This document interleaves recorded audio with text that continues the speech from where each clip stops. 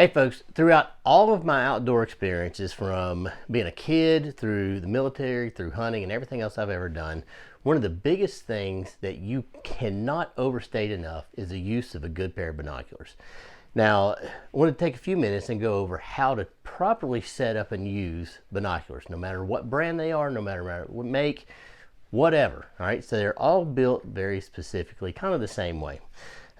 This pair that we're going to demonstrate is a pair of 10 by 42 binoculars from Lucid Optics.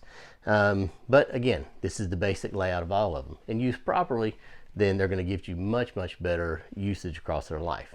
Now, typically speaking, they all have some type of ocular cup on the back. Now, these are designed to be used with and without glasses for different ways. So typically, if you run them out, then when you hold them up, it gives you a shadow box on your eyes so you can actually see better through the optics. It gives you a better visualization through them. And then of course, if you have glasses, you need a little more standoff, then you can close them and then use them that way for your glasses. Now, behind that is typically you always have one side that has a diopter adjustment. And essentially that's just like putting on a pair of contacts or glasses. It focuses one side the same as the other, because not everybody has the same prescription from one eye to the next. So the way you set this is you pick an object that's 100, 200, whatever. You just pick an object out in distance, and then you move your focus ring using only the eye that is standard. You get that perfectly in focus, then you swap eyes. You close that eye and open the eye with the diopter ring on it, and you just move that diopter ring until the image is again in perfect focus. Now, you may have to go back and forth a couple of times to get it exactly right, but when the diopter is adjusted correctly to the non-adjustable side, that gives you one binocular vision. Even though you're using both your eyes through their own tubes, it allows you to focus that image correctly in one spot, and so that no matter what focal length you're on, then you're seeing everything as clearly as possible using both eyes. It gives you a really sharp image, and that's going to make a big difference in discerning what you're looking at, no matter how close or far off it is. The other idea is the actual focus ring. Now, a lot of times we just get it close, right? We're looking at something and we get it up and where we can see it well or whatever.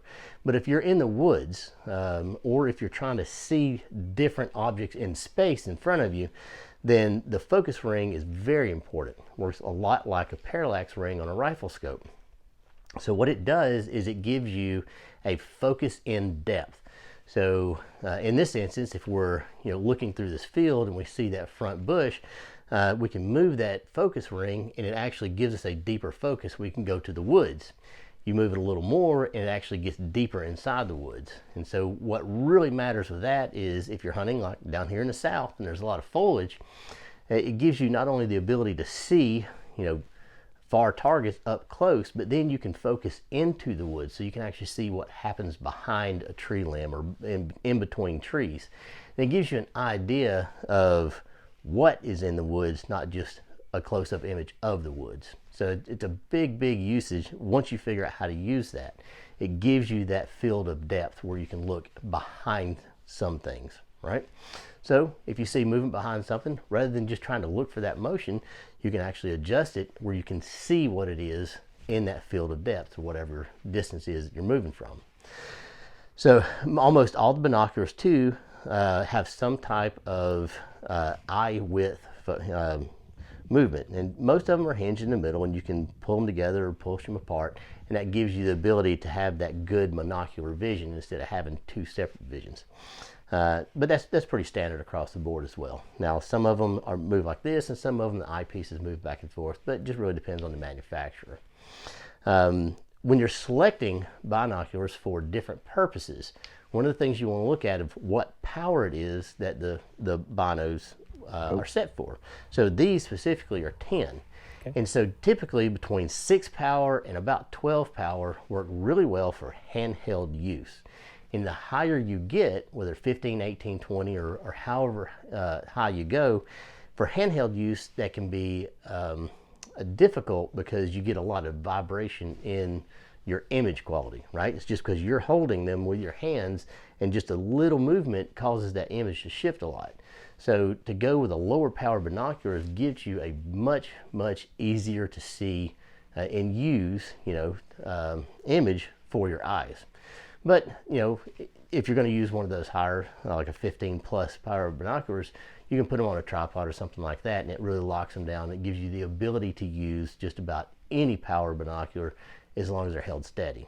So, the biggest difference is whether you're looking in the woods or whether you're at a ball game and you're trying to see the difference between home base and third base from off to the side.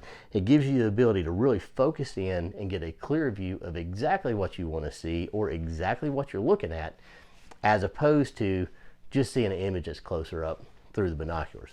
So I hope this helped out a little bit, and if you have any more questions, all you got to do is drop them in the comments.